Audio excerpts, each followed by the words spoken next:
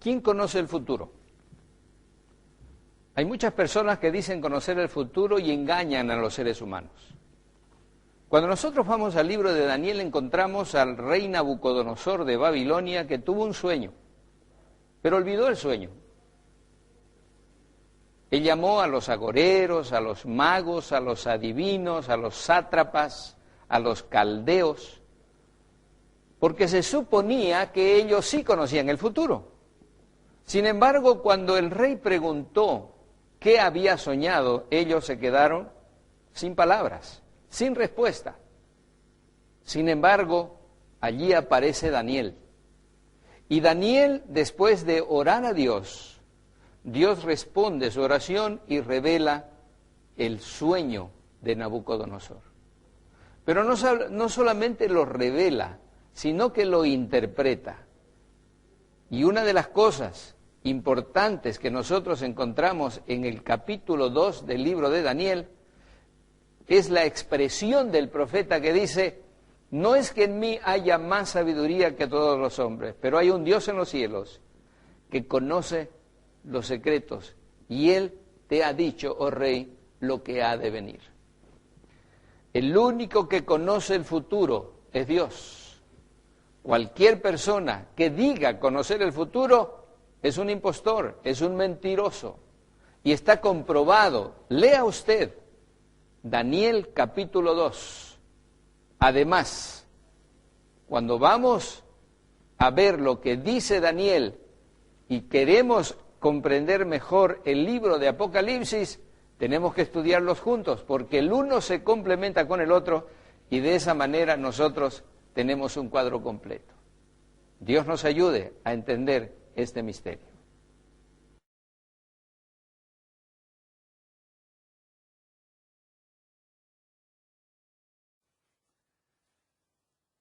En el 539 a.C. hasta el 331 a.C., el siguiente reino que gobernará la tierra, los medos persas, vinieron a continuar después de Babilonia. En Daniel capítulo 2, versículo 39, leemos acerca de este reino. Después de ti se levantará otro reino, y luego un tercer reino de bronce, el cual dominará sobre la tierra. Ese es el siguiente. Estuve persuadido de que no había nación, ciudad o personas donde su nombre no alcanzara. Me parece que hubo de haber una mano divina dirigiendo ambos su nacimiento y acciones. Librería Histórica, libro 16, capítulo 12. Entonces la Biblia describe el levantamiento del imperio de los medos persas y su caída delante de este poderoso rey Alejandro el Magno, quien destruiría este ejército. Sabía que Alejandro derrotó a los medos persas con un ejército de solo 45,000 soldados, y los medos persas tenían un ejército de 1,000,000 de soldados. Él los aplastó. Él era un gran estratega y sabía exactamente lo que estaba haciendo. Así que el imperio griego siguió después del imperio medo-persa. Y el imperio de los medo-persas añadió a la región de Babilonia. Tomó la región de Babilonia, la refinó en el sistema mitraico, el cual se pasó a la siguiente generación, y el mitraísmo luego reaparece más tarde en prominencia dentro de la religión de la élite de Roma. Historia muy interesante. Pero la filosofía de los griegos es la gran fundación para muchas filosofías en el mundo hoy. Entonces los griegos siguen después del imperio de los medo-persas. Finalmente, después del imperio griego, Daniel 2:40, y el cuarto reino será fuerte como el hierro. Ahora, si miramos a los soldados, a cómo estaban en los días antiguos, Grecia y Roma, son una comparación muy interesante.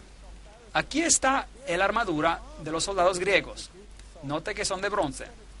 Esa es su armadura, usaban bronce. Y luego vino el soldado romano. Aquí hay un legionario romano. ¿Y cuál era su armadura? Hierro. ¿No es interesante?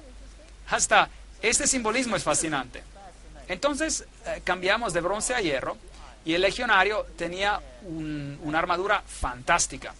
Tenía este pequeño cinturón aquí en el frente para proteger, y el escudo que protegía a los soldados y los hombros de los soldados. Y esta es una espada corta y gruesa. Eran una fuerza tremenda los soldados. Y por supuesto el poder de Roma no tenía igual. El hierro es más duro que el bronce y Roma era poderosa, más poderosa que los griegos.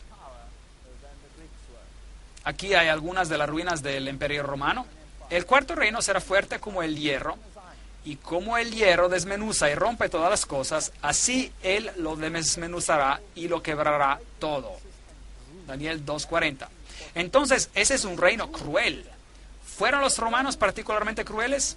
¿Qué hacían con los que disentían con ellos? ¿Qué les pasaba? Los crucificaban. Algo muy duro. En la caída de Jerusalén, por millas, kilómetros, había crucificados tras crucificados. Todos venían crucificados. Nadie se metía con Roma. El 22 de junio del 168 a.C., en la batalla de Pydna, Percus, el rey de Macedonia, fue completamente derrotado por los ejércitos de Roma. En ese día pereció el imperio de Alejandro Magno, 144 años después de su muerte. Así que ahí pereció. El famoso historiador Edward Gibbon dice: las imágenes de oro, plata, bronce que se utilizan para representar las naciones y sus reinos fueron exitosamente quebrantadas por la monarquía del hierro de Roma. La historia y la caída del Imperio Romano. Todo el mundo está de acuerdo de que el hierro era el reino de Roma. En el segundo siglo, Hipólito escribió sobre Roma: regocíjate, bendito Daniel, no te has equivocado. El hierro ya gobierna. ¿Sabía que cuando Alejandro Magno marchó en Jerusalén, los escribas marcharon hacia él con la Torá y le dijeron: tú gobernarás, dice Daniel, tú conquistarás? Y por eso Alejandro no destruyó a Jerusalén, pero simplemente la incorporó. La Biblia dice: antes de tiempo, ¿quién gobernará? Ahora, muchos críticos han dicho: increíble, pero seguramente Daniel debió haber vivido después de los eventos. La Biblia está equivocada. ¿Sabe que la Biblia ha sido reivindicada en ese punto? Porque los rollos, los pergaminos del Mar Muerto, tienen porciones del libro de Daniel donde cambia de aramaico al hebreo. Y ese pequeño pedazo está allí. Y cuando ellos estudian el aramaico, que creían ser aramaico reciente, lo que encontraron en los rollos pergaminos del Mar Muerto es que el aramaico utilizado era el de los medo-persas. Entonces, el libro de Daniel comprueba los acontecimientos de su época y después sigue comprobando los acontecimientos que están descritos en él. Entonces, fue descrito antes de los acontecimientos. Usted no puede tener razón sobre la Biblia, no puede. Entonces, este gran poder de Roma vino a destruir. El historiador Charles Rowling dice, ellos, los romanos, tomaron indistintamente todas las provincias y reinos y extendieron su imperio sobre todas las naciones. En una palabra, ellos empezaron su expansión sin ponerse límites. Los únicos límites eran los desiertos y mares que no les permitían pasar. Historia Antigua, volumen 4, 79. Entonces, desde el 168 a.C. hasta el 476 después de Cristo, Roma, la monarquía de hierro, gobernó suprema. Ahora, hay dos piernas de hierro. Eso es interesante. Roma fue dividida en dos partes, el imperio del este y el imperio del oeste. Y el emperador, por muchos años, después de Constantino, gobernó desde el este del imperio en bizantino, y él gobernó todo el reino. Pero la Roma del oeste siguió otro camino. Y esta es una historia muy interesante que tenemos acá. Lo que vistes, dice en Daniel 2:41, de los pies y de los dedos, en parte de barro cocido de alfarero y en parte de hierro. Entonces, ¿hay elementos de Roma en los pies y los dedos, sí o no? Claro que sí. Todavía Roma está ahí. El hierro todavía está ahí. El hierro no ha sido eliminado. ¿Será este un reino dividido? ¿Está el mundo tratando de restaurar el Santo Imperio Romano? ¿Sí o no? ¿De qué se trata la unificación de Europa? ¿Ha pensado en eso? Entonces, este será un reino dividido. Daniel 2:42, y por ser los dedos de los pies en parte de hierro y en parte de barro cocido, este reino será en parte fuerte y en parte frágil. ¿Ha comprobado la historia que las naciones de Europa eran a veces fuertes y a veces débiles? Y a veces uno gobernaba un país y después otro. ¿No fue una vez Alemania la más poderosa y después Francia y después Inglaterra? ¿Sí o no? ¿No gobernaron los daneses por un tiempo, etcétera, etcétera? ¿No era acaso el imperio austríaco poderoso por cierto tiempo? Claro que sí. Entonces la historia ha comprobado que eso es correcto. Jeremías 18:6, no podré yo hacer con vosotros como este alfarero, casa de Israel, dice Jehová. Como el barro en las manos del alfarero, así sois vosotros en mis manos, casa de Israel. Esos reinos quizás sean arrogantes, pero serían reemplazados, serían divididos. Y serían divididos en 10. Eso es lo que la Biblia dice. Habría 10 dedos que vendrían. Ahora, estos 10 dedos son muy interesantes. ¿De dónde se levantan estos 10 dedos? ¿De dónde salen? ¿En el imperio del oriente o del occidente? Una pregunta muy importante.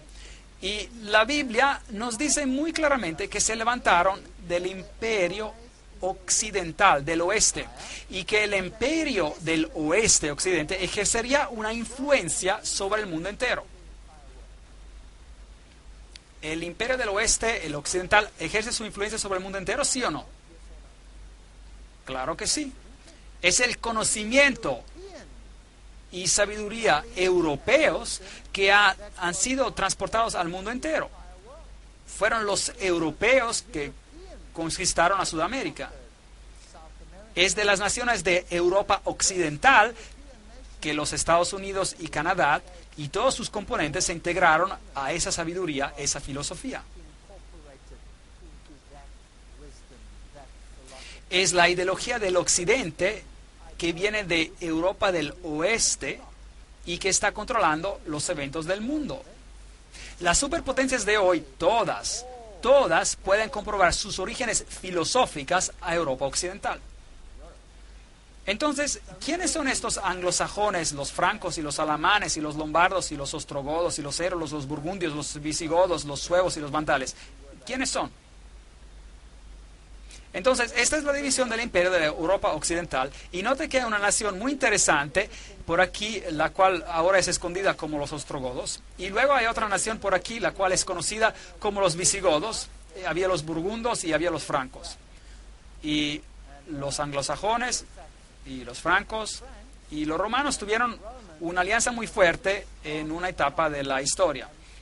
Los ostrogodos y los visigodos tenían una religión un poco diferente que el resto de Europa. Y hubo muchas guerras que fueron peleadas sobre este asunto. Entonces los alamanes hoy son los alemanes, Los alemanes son los remanentes de los alemanes, los suizos son los burgundios, los franceses son los francos, los italianos son los lombardos, los ingleses son los sajones, los portugueses son los suevos, los españoles son los visigodos. Pero 3 de ellos, los érulos, los vándalos y los ostrogodos, son extinguidos. Desaparecieron. Se los quitó del mapa. Los ostrogodos, los últimos en desaparecer, una nación muy poderosa que controlaba todos los eventos en Roma, gobernaron sobre Roma misma. Los visigodos estaban en España y tenían una religión un poco distinta. Hubo muchas guerras peleadas en España. España fue dividida, terriblemente dividida, en la mitad, entre el norte y el sur. Y hubo derramamiento de sangre terrible en España. Pero los érulos y los vándalos y los ostrogodos fueron totalmente destruidos. La historia trata de decirnos que estos 3 pueblos fueron destruidos porque tenían una filosofía ariana, que significa que ellos propagaban la idea de que Cristo no tenía divinidad y que por eso fueron destruidos. Pero solo tenemos información de una fuente. Todos sus escritos, todo lo que escribieron fue destruido. Todas sus librerías han sido destruidas. Así que realmente no sabemos en qué creían. De hecho, los ostrogodos probablemente recibieron su religión de Palestina y tenían una forma muy pura de cristianismo basado en la Biblia. Y es por eso que fueron destruidos. Pero no tengo tiempo para entrar a ese punto. Eso tomaría toda una conferencia, unas cuantas conferencias solo para este asunto. Así que concentremos en esta profecía. Así que como viste el hierro mezclado con barro, así se mezclarán por medio de alianzas humanas. Entonces, originalmente, cuando Roma cayó, fue dividida en 10 partes. 3 de ellas fueron finalmente destruidas. Y hoy tenemos lo que queda, y estos se mezclarían por alianzas humanas. Tratarían de reunirse por endogamía, matrimonio entre parientes.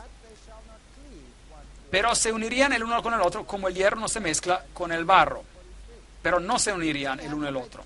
Entonces, tuvimos grandes reyes de Europa tratando de reunir a Europa por medio de casamientos, y por eso tuvimos a la reina Diana y al rey Federico tratando de hacer lo imposible para juntar a naciones. Así que aquí está el castillo de Federico en Dinamarca, donde los famosos reyes y reinas gobernaban. Daniel 2:43, así como dices el hierro mezclado con el barro, así se mezclan por medio de alianzas humanas, pero no se unirán el uno con el otro, como el hierro no se mezcla con el barro. Tenemos la famosa reina Victoria y el rey Cristián. ¿Sabían ustedes que la reina Victoria era totalmente no inglesa? ¿Sabían ustedes que ella era alemana? ¿Sabían que ella hasta habló en alemán en su lecho de muerte? Al estar muriendo, su lengua nativa le regresó. Ella era una reina alemana. Y el rey Cristián de Dinamarca y sus descendientes se mezclaron con alianzas humanas. Todas las naciones se unieron, todos estaban juntos. Entonces diferentes reyes trataron de reunir a los reinos. Aquí tenemos el Papa coronando a Carlos, el gran Carlomagno, el rey del Santo Imperio Romano, porque supuestamente él había logrado reunir a Europa. Y en cuanto se puso esa corona en su cabeza, el reino cayó y fue dividido. Entonces, por un momento, nuevamente se juntarían y luego se apartarían otra vez. Y así que los Carlos y los Luises y todos estos reinos de la tierra y los gran reinos trataron de reunir a Europa. Y luego vino este francés, Napoleón Bonaparte, y su hermano era el gran maestro de la masonería en España. Muy interesante. Él era el gran maestro. Y todos ellos tenían conexiones privilegiadas en este sentido. Y él quería reunir a Europa. Y en la batalla de Waterloo, bueno, él se encontró con su derrota. Es una historia muy interesante. Vamos a estar hablando acerca de esto en más detalle. Todo lo que escuchamos no es necesariamente verdad. Aquí Napoleón es llevado en exilio. Napoleón dijo, quiero crear un sistema europeo, un código de leyes europeas, una corte de apelación europea. Hubiera habido solo un pueblo en toda Europa. Europa hubiera devenido una nación. The Watchman, 1941. Él trató de unir a Europa. 30 años más tarde de Waterloo, el doctor Thomas Arnold dijo: la liberación de Europa por el dominio de Napoleón no fue afectada ni por Rusia, ni por Alemania, ni por Inglaterra, sino que por la mano de Dios. ¿Cuál era el adversario principal de ese tremendo poder? ¿Por quién fue controlado, resistido y al final terminado? Por nadie y por nada, sino que por la directa y manifiesta interposición de Dios. Conferencia sobre la historia moderna, conferencia 3. Es muy interesante. Napoleón tenía una artillería muy pesada y él hubiera ganado sin problema sobre la artillería más liviana de los ingleses, por ejemplo. Pero en ese día, de repente, una lluvia fina cayó y toda esa artillería pesada se atascó en el lodo y no podía moverla. Entonces, la artillería más liviana, la artillería más ágil de las otras fuerzas, era justo lo que se necesitaba para hacerlos en pedazos. Entonces, ¿quién ganó la batalla? ¿El tiempo, el clima o la artillería? Es interesante que algunos de los grandes políticos del pasado han dicho que la historia está al lado de la artillería más potente, la artillería más pesada. Pero hay un Dios en el cielo que revela los secretos y hace saber al rey Nabucodonosor lo que acontecerá en los últimos días. Este es un verso interesante, Daniel 2:28, en los últimos días. Bueno, si lee la Biblia, si lee Lucas y Mateos 24, por ejemplo, Lucas capítulo 21, verá que los eventos y cómo acontecen, como un reino después de otro hará guerra, y en los eventos finales serán nación contra nación, reino contra reino, guerra, hambre y toda clase de cosas. Corazones aterrorizados. Eso es lo que la Biblia dice. Y el siguiente evento será, dice Mateo 24 y Lucas 21, la venida de Cristo en gloria. La piedra que pondrá fin a todos los reinos terrenales. Bueno, este era el emperador Wilhelm Guillermo, y él trató de poner fin a la división de Europa. Y aquí hay una historia verdadera muy interesante.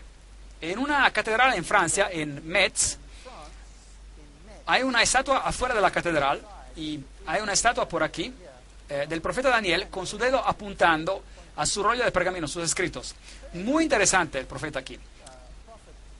Y el emperador Guillermo estaba muy preocupado acerca de esta estatua. Y luego un día la catedral necesitaba reparaciones. El techo estaba roto y tenía que ser reemplazado. Y entonces le pidieron al emperador Guillermo por dinero para reparar la catedral. Y el emperador Guillermo dijo lo siguiente. Él dijo: ¿ustedes tienen una estatua de Daniel enfrente de la catedral? Y entonces obviamente él sabía lo que Daniel había dicho. Y obviamente estaba fastidiado con esa profecía. Entonces les dijo: les daré el dinero para reparar su catedral si remueven la cabeza de la estatua. Ahora, recuérdense que esas estatuas están hechas por secciones. Y pongan mi cabeza encima de esta estatua. ¿Ustedes creen que lo hicieron? Eso es historia. Usted puede comprobarlo. ¿Piensa que lo hicieron? Sí, lo hicieron. Ellos lo hicieron. Y ellos pusieron la cabeza de Daniel original, en sus archivos. Y él les renovó el techo. Y luego, por un tiempo, la cabeza del emperador Guillermo estuvo sobre la estatua. ¿Y qué quería decir con esto? Él era como el Nabucodonosor de los tiempos antiguos. Él estaba diciendo: no me importa lo que dijo su profeta, yo lo lograré. ¿No era eso lo que estaba diciendo? No me importa lo que dice el profeta, yo lo lograré. Historia fascinante. Bueno, aquí ya está muerto, pero este no es él, ese es su perro. El texto dice en alemán: Senta begleitete seine Majestät den Kaiser im Weltkrieg 1914 bis 1918. Y traducido, su perro acompañó al emperador durante la Primera Guerra Mundial, 1914 hasta el 1918. Y después de él se levantaría otro. Daniel 2:21, él muda los tiempos y las edades, quita reyes y pone reyes. Y si tú, emperador Guillermo, piensas que puedes poner tu cabeza en la estatua de Daniel diciendo: yo lo lograré a mi manera, y su Dios no podrá hacer nada sobre esto, te vas a morir y no lo lograrás. Y hay el resto de la historia. Ahora, esa historia es muy fascinante. Aquí había otro hombre. ¿Usted cree que entendía las profecías de Daniel? ¿Usted cree que estaba interesado? Adolf Hitler estaba interesado en el mundo del oculto como nadie ante él. Había dos quienes estaban muy interesados en el mundo del oculto. Uno era Napoleón Napoleón, de hecho, envió toda una división de su ejército a Egipto para encontrar algo del origen del poder de Faraón, que arrojó su vara y que se convirtió en serpientes. ¿Sabían esto? Y es Francia quien descubrió ¿qué? En Egipto, ¿qué? La piedra Rosetta, por medio de la cual todos los jeroglíficos han sido descifrados. ¿No es esta una historia asombrante? Y ellos estudiaron los secretos del poder de los egipcios, y en el mundo oculto estos conocimientos han sido incorporados en los libros herméticos. Ellos estudiaron el origen de Ham, de Hermes, del hijo de Her y del hijo de Ham, y el conocimiento oculto, y compilaron un número de volúmenes, grandes volúmenes, sobre la historia de Egipto. Este hombre de aquí era un ocultista del más alto rango. Él era un iniciado, un iluminado en el sistema del oculto. ¿Sabían que la entera SS fue construida sobre principios ocultos? ¿Sabían eso? Y ¿no es interesante que él envió una división entera a dónde? A Egipto. Y que los arqueólogos alemanes fueron los que hicieron las grandes excavaciones bajo la protección del general Rommel. Y allí el conocimiento privilegiado se juntó sobre los principios ocultos. Principios que rigen muchos de los reyes y gobernadores de hoy. Vamos a hablar acerca de algunas cosas muy interesantes en esas conferencias. Adolf Hitler sabía acerca de la profecía de Daniel. ¿Cómo sabemos? Él dio una instrucción interesante. Él contactó a la catedral de Metz, en Francia, y dijo: ¿se acuerdan que ustedes tienen la cabeza del emperador Guillermo en esa estatua? Sáquenla. Pongan la cabeza de Daniel de vuelta. ¿Qué estaba diciendo? ¿Qué estaba diciendo? La cabeza de Daniel se regresó a la estatua. Él estaba diciendo: con o sin esa cabeza, yo lo lograré. Increíble. Qué cosa más fascinante. La historia es más interesante de lo que creemos. Realmente sí lo es. Si hace un estudio del mundo oculto y de cómo ha influenciado a nuestros grandes líderes políticos en el pasado, se sorprenderá.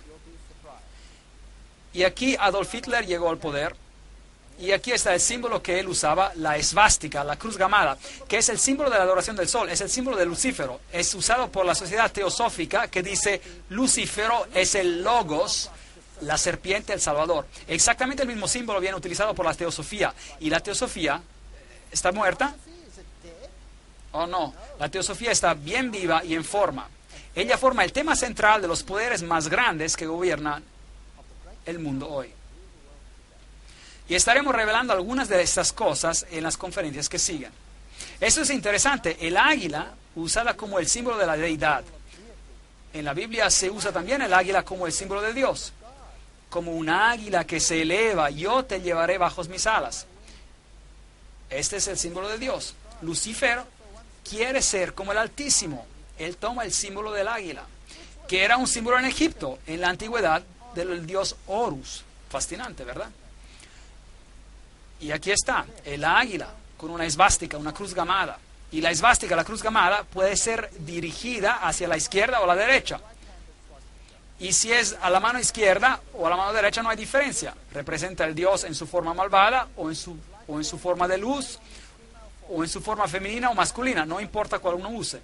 Sociedades secretas hoy utilizan la misma esvástica con su imagen reflejada, invertida, y dicen: es otra imagen, pero no es otra imagen. El budismo usa este símbolo. El budismo, el pie de Buda tiene la esvástica, la cruz gamada, bajo cada dedo del pie. Es solo una imagen reflejada, invertida, pero no hay diferencia. Es solo el otro sexo de la deidad que se está haciendo honrada. Entonces, ¿qué está pasando aquí en el mundo? Hay una agenda detrás de las escenas. ¿Qué significan verdaderamente este círculo y esta esvástica, esta cruz gamada? Con respecto a la Primera Guerra Mundial, Winston Churchill dijo, después de la Primera Guerra Mundial de 1914, de hecho, Winston Churchill era un miembro de una fraternidad secreta, ¿sí o no? Sí lo era. ¿No es fascinante? Stalin era un miembro de una fraternidad secreta, ¿sí o no? Sí, bueno. Bueno, a lo mejor la historia no es tan aburrida como usted pensaba, ¿no es cierto? Siempre pensé que la historia era aburrida cuando era joven, pero hoy la encuentro fascinante, juntando las piezas, increíble. Con respecto a la Primera Guerra Mundial, Winston Churchill dijo: después de la guerra de 1914 hubo una convicción profunda y una esperanza casi universal de que la paz gobernaría al mundo. El libro de la tempestad, antes de la tempestad, página 3. Después de la Primera Guerra Mundial, eso es interesante. Bueno, ¿tuvo éxito alguno de estos gran gobernadores?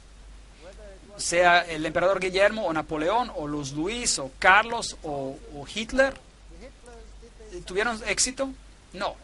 Europa era más dividida después de la guerra que antes. Pero esa división era engañosa, como veremos. Luego las murallas cayeron y imperios empezaron a derrumbarse. Y los grandes líderes del mundo, los Lenins y los Stalins, que habían matado a sus millones por razones clandestinas, de repente esos imperios se derrumbaron. Die Mauer muss fallen, la muralla debe caer. Todos estos grandes líderes, desde Lech Walesa, a esta dama aquí, Thatcher, a Khrushchev y a Gorbachev, y las reinas, ¿pertenecen a órdenes secretas? ¿Sí o no? ¿Quién es la cabeza de los Bilderberger? ¿Quién es la reina de los Bilderberger? Aquí está. Eso es muy interesante. ¿Existe una fundación Gorbachev con su central en Nueva York? Sí existe. Cosas muy interesantes. Y después la policía secreta soviética, el KGB, se derrumba. Un símbolo se derrumba. ¿Realmente se derrumba? ¿Quién gobierna Rusia hoy? ¿Quién es la cabeza? ¿Quién es la cabeza de Rusia hoy? Putin. ¿Y qué era él? Era la cabeza del KGB. ¿Ve? ¿No es interesante? Entonces bajaron a un símbolo y las personas piensan que la opresión ya se fue, pero en realidad no se ha ido, solo ha tomado otra apariencia. Es como un camaleón, cambia de color, pero en la esencia no cambia. ¿Y el Dios del cielo está mirando? Sí. Sí, claro, Él está mirando. Él nos dijo antes de tiempo que esto ocurriría, y Él nos dijo en gran detalle: la Unión Soviética ya no existe, 3 repúblicas se unen, Gorbachev es ya algo del pasado, Bush necesita tiempo para recuperarse, y etcétera, etcétera. Leyendo el futuro de Europa, podemos sobrellevarnos en las manos del pueblo. Es más que dinero, la unión monetaria, mares de problemas, tormenta monetaria destruye la unidad europea.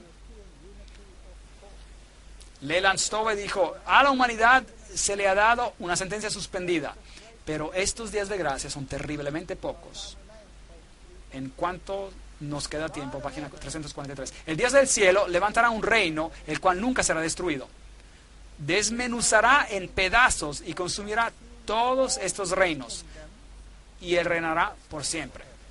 Ahora, quiero que piense seriamente esta noche, todos los que están aquí presentes. ¿Está el mundo predicando que estamos avanzando hacia un reino de paz? ¿Sí o no? Sí. Pero será un reino terrenal. ¿Dónde quieren levantar un reino final de paz? ¿Allá en algún lugar en Jerusalén? Bueno, están peleando acerca de esto. ¿Qué dice Dios? ¿Pondrá un fin a qué? ¿A cuántos reinos en esta tierra? A todos. Es lo que Dios dice. A todos ellos. Y Él establecerá su reino. ¿Usted cree que Él necesita los ejércitos del mundo para lograrlo? Todos los que cayeran en esta piedra serán quebrantados. Y sobre quien ella caere, la piedra, le desmenuzará. Es lo que la Biblia dice. Porque enjugará Dios toda lágrima de los ojos de ellos, y ya no habrá más muerte, ni habrá más llanto, ni clamor, ni dolor, porque las primeras cosas ya pasaron. Apocalipsis 21:4. No debemos ser engañados creyendo que los poderes de esta tierra van a conseguir el objetivo por el cual están peleando. No lo lograrán. Llegarán a su fin. Parecerá como si casi llegaron a lograrlo. ¿Cómo sabemos eso? Porque la Biblia lo dice. La Biblia dice: cuando digan paz, paz, ¿Cuándo dirán eso de las naciones? Cuando parezca que hayan logrado su objetivo, ¿no es cierto? ¿Qué dice la Biblia que acontecerá? Una destrucción repentina. ¿Y de dónde vendrá esa destrucción? Vendrá de Dios. ¿Y por qué el Dios del cielo tiene que intervenir para destruir esa unidad final? ¿Por qué tendría que hacer eso? Porque es una unidad basada sobre un sistema oculto. Es una unidad contra Dios. Es una unidad de anticristos contra Cristo. Es una cosa de miedo. El mundo está terriblemente engañado hoy. Necesitamos estudiar esas profecías cuidadosamente y analizarlas y aclararlas para ver matices más finos, para que no seamos engañados como un predicador que se para y dice a lo mejor, el anticristo vivió en el pasado, él era un rey griego, su nombre era Antíoco Epifanios IV, pero él fue destruido por una roca. Pero la roca golpea los pies, no golpea los muslos, no golpeó a ningún rey griego. Daniel capítulo 8, Daniel capítulo 9. Cuidado cómo interpretamos la profecía. No podemos dar una vuelta equivocada a estos asuntos. Cristo retornará, la roca de todos los siglos. Versículo 35. Y la piedra que golpeó la imagen devino una grande montaña. Y la montaña en la Biblia es un reino. Y llenó toda la tierra. Dios mismo levantará un reino. El sueño es verdadero y fiel su interpretación. Daniel 2:45. Esta noche hablamos de muy pocos detalles, pero hemos tenido un bosquejo relativamente exacto de la historia. ¿Y estarían de acuerdo en decir de que Daniel fue exacto? ¿Sí o no? Claro que sí. Daniel fue exacto. Ahora les tengo malas noticias. Noticias terriblemente tristes para usted. Daniel va a tomar el mismo cuadro, el cuadro de esta noche, es como una ilustración que le daría usted a un niño para colorear. Es solo el perfil. Y luego se le da al niño crayones, colores, y se le dice que coloree la ilustración. Ahora, en nuestra siguiente conferencia estudiaremos Daniel capítulo 7. Y vamos a colorear la ilustración, así por decir. Y luego el asunto se vuelve temeroso porque veremos quién realmente es el poder y algunos de nosotros serán lastimados, algunos de nosotros nos quedaremos chocados, sorprendidos, algunos de nosotros a lo mejor dirán, nunca más quiero escuchar algo sobre esto, pero les animo a que sigan viniendo porque hay una solución fascinante a esto. ¿Sabía que el libro de Apocalipsis toma esta última gran batalla entre el bien y el mal, que de hecho es una batalla secreta? Es una batalla secreta. ¿Sabían que las primeras palabras que Jesús usó cuando le preguntaron cuáles serán las señales de tu venida y del fin del mundo? La primera cosa que él dijo fue, cuidado, que nadie os engañe. El engaño es el nombre del juego. Es como funciona. Hay lobos vestidos en pieles de ovejas engañando al pueblo de Dios. ¿Está el mundo siendo guiado a un camino lleno de flores, fielmente siguiendo y pensando que está haciendo algo bueno, cuando en realidad están siendo guiados al foso del infierno? ¿Es posible? Si creemos en los profetas y si los estudiamos cuidadosamente, y aunque duela, y créanme, yo he estado al otro lado del asunto, y cuando estudié la profecía me dolió, y mi familia se quedó dolida. Y hubo baldes de lágrima. Y ahora tengo baldes de esperanza. Baldes de esperanza. Porque Dios me ha mostrado, y ha mostrado a todos en el mundo, por medio de su palabra, y la palabra es el único lugar donde podemos encontrar esperanza, que hay esperanza. Pero Él también ha dado un bosquejo sobre el engaño de nuestro tiempo. Y debemos saberlo. Hay un pequeño grupo de personas aquí esta noche, muy pequeño grupo de personas. Todo el mundo necesita saber lo que es esta decepción. Entonces me gustaría animarles para que traigan a sus amigos y, como dice la parábola de Jesús, salgan a salidas de los caminos, a los caminos poco frecuentados. Inviten a las personas a esta fiesta de las bodas del Cordero. No muchos ricos, no muchos sabios, no muchos de alta reputación lo escucharán, pero vaya por todos sitios y tráigalos aquí. Y estudiemos estas profecías. Y yo les hago una promesa solemne. Si hablo de cualquier cosa que está contraria con la palabra de Dios, váyase. Váyase. Si no está según la palabra, váyase. Compruebe cada palabra que digo. Ponga todo a prueba. Use la palabra de Dios como filtro para lo que yo digo. Y si usted me puede mostrar que estoy equivocado, cambiaré. Lo prometo. Yo no quiero hacer nada que no esté en línea con la voluntad de Dios. Ese es mi reto. Vamos a atenernos a la palabra de Dios y veremos exactamente lo que está pasando en nuestros tiempos. Es más temeroso de lo que usted piense. Pero tenemos una esperanza, porque el Dios del cielo levantará un reino que nunca será destruido. Y estamos justo frente a la puerta. Y me gustaría que usted sea parte de ese reino. Que todos, y que Dios los bendiga y los guarde hasta que nos juntemos para colorear el episodio de Daniel, capítulo 7.